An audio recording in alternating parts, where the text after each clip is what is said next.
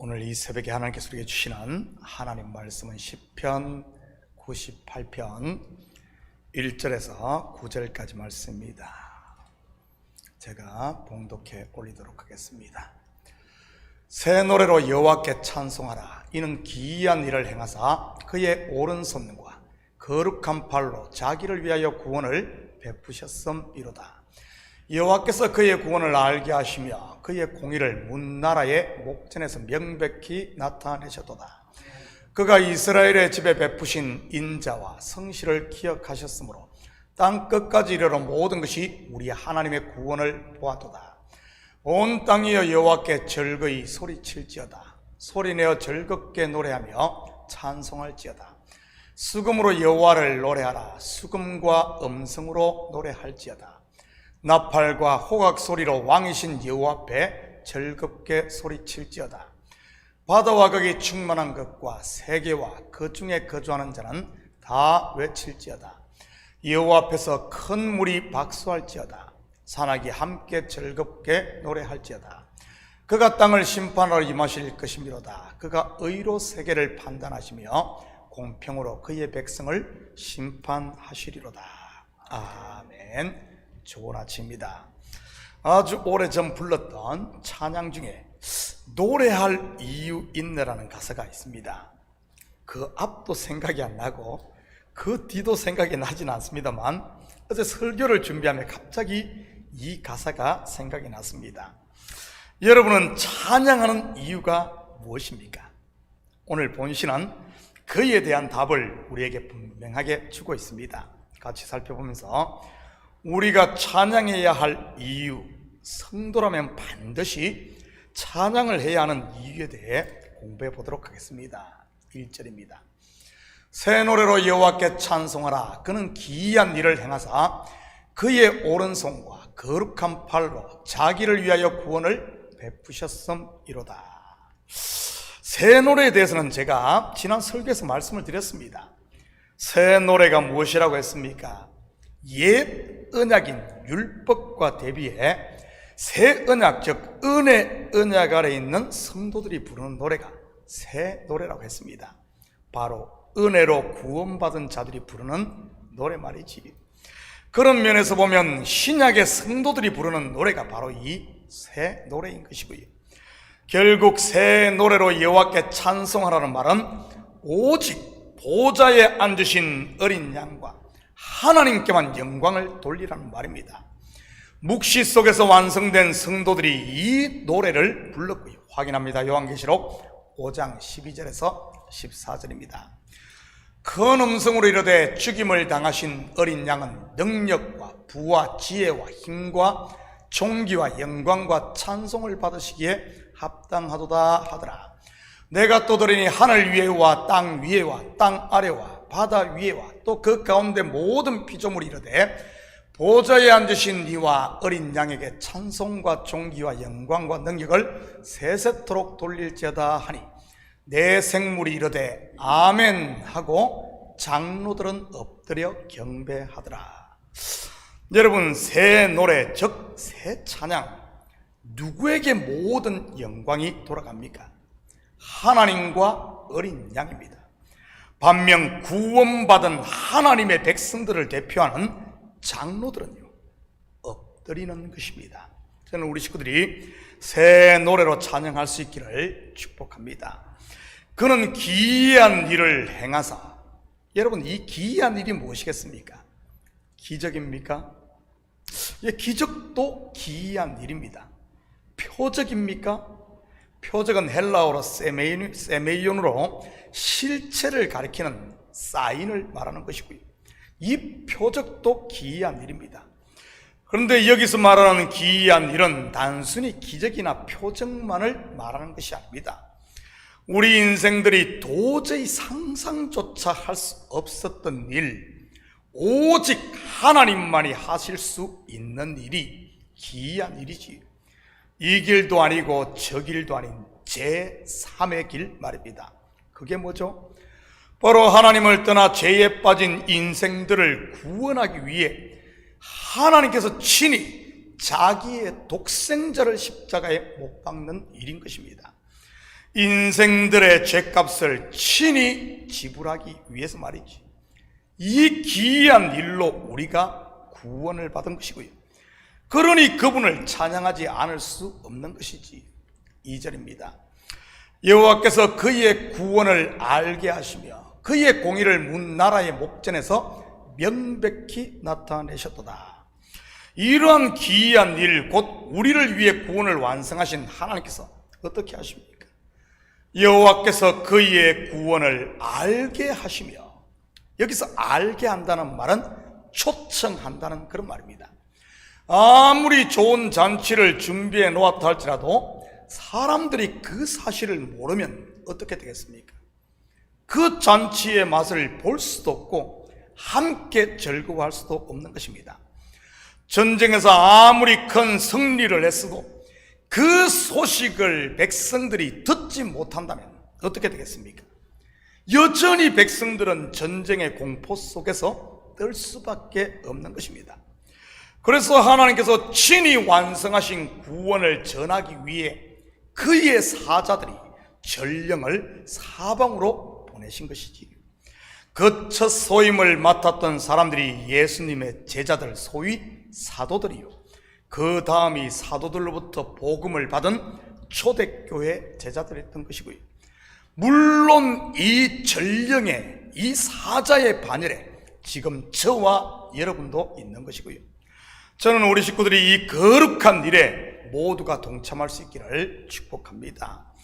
그의 공의를 문 나라의 목전에서 명백히 나타내셨도다. 여러분, 그의 공의의 실체가 누구입니까? 예수 하나님의 공의, 바로 예수 그리스도인 것입니다. 예수 그리스도로 말미암아 의롭게 되는 비밀 말입니다. 이 비밀이 어디에 감춰져 있습니까? 바로 복음인 것이지요. 복음, 즉 복된 소식을 듣고 믿음으로 하나님의 의가 우리에게 입혀지는 것이고요. 3절입니다. 그가 이스라엘의 집에 베푸신 인자와 성실을 기억하셨으므로 땅 끝까지 이르는 모든 것이 우리 하나님의 구원을 보았도다. 여러분, 하나님께서 이스라엘에게 베푸신 인자와 성실이 무엇입니까? 바로 예수 그리스도를 통해 죄사함 받아 의롭게 되는 이 구원 아니겠어요? 그렇게 하나님을 떠나 우상 숭배에 빠졌음에도 끝까지 그들을 버리지 않으시고 다윗의 뿌리를 통해 메시아를 보내 구원하는 것 말입니다. 여러분, 인생들 같았으면 어떻겠어요? 아마 10번도 더 그냥 갈아치웠을 겁니다. 우리가 성경을 공부해서 알겠지만 선민 이스라엘 어땠습니까? 완전 고멜 아니었어요? 고멜이 누구죠? 창녀였지 않습니까? 창녀 고멜. 그를 거룩한 하나님의 사람 호세아 선지자가 데려와 아내를 삼습니다. 이게 웬 은혜입니까? 이게 웬 복입니까? 속된 말로 하면 횡재를 한 것이지. 그런데 그런 고멜이 어떻게 합니까? 또 다른 남자에게로 가 음행을 저지릅니다. 그런다고 호세아가 그를 버렸나요? 아닙니다. 돈을 지불하고 다시 사와 아내를 삼습니다. 구약의 이스라엘의 역사 한마디로 정의하면 끊임없는 반역의 역사인 것입니다. 자기들을 애굽 땅 종되었던 곳에서 구원한 하나님을 말이지. 그런데도 하나님은 어떻습니까? 끊임없이 그들에게 은혜를 베푸시고 변함없는 사랑으로 그들에게 한 약속을 성취하십니다. 바로 하나님의 성실하심인 것이지. 이것을 통해 우리가 알 수 있는 것이 무엇입니까? 로마서 8장 38절 39절입니다. 내가 확신하노니 사망이나 생명이나 천사들이나 권세자들이나 현재 일이나 장래 일이나 능력이나 높음이나 깊음이나 다른 어떤 피조물이라도 우리를 우리 주 그리스도 예수 안에 있는 하나님의 사랑에서 끊을 수 없으리라. 여기에 나오는 하나님의 사랑이 히브리어로 하면 헤세드, 곧 하나님의 인자인 것입니다. 이스라엘에게 베푸신 하나님의 인자와 성실을 기록한 하나님의 말씀, 곧 성경을 통해 저와 여러분을 구원하시는 하나님의 이 사랑을 볼 수 있는 것이지. 4절입니다. 온 땅이여 여호와께 즐거이 소리할지어다. 소리내어 즐겁게 노래하며 찬송할지어다. 온 땅이여. 이 하나님의 구원의 소식을 듣고 그의 통치 아래에 들어온 백성, 바로 저와 여러분을 말하는 것입니다. 성경에서 땅은 바로 통치가 미치는 영역을 말하는 것이니까요. 젖과 꿀이 흐르는 가나안 땅, 무엇을 말하는 것이겠어요? 하나님이 다스리시고 하나님의 눈이 함께하고 하나님이 통치하시는 하나님의 나라를 상징하는 것 아니겠습니까? 단순히 팔레스타인 땅덩어리를 말하는 게 아니고 말이지. 온 땅, 즉 하나님의 백성들이 해야 할 일이 여호와를 즐거이 노래하는 것입니다. 그것도 수금과 음성과 나팔과 호각으로 말이지요. 무슨 말이죠? 전인격적으로 전심을 다해 그리고 전 삶으로 하나님을 찬양하라는 말입니다. 이것을 로마서 12장에서는 거룩한 삶 제사라고 한 것이고요. 예배 시간에만 노래하는 것이 아니라, 교회에서만 찬양하는 것이 아니라 전 삶의 영역이 찬양이 되는 것 말입니다. 이렇게 온 땅이 찬양할 때 어떤 일이 일어납니까? 7절입니다.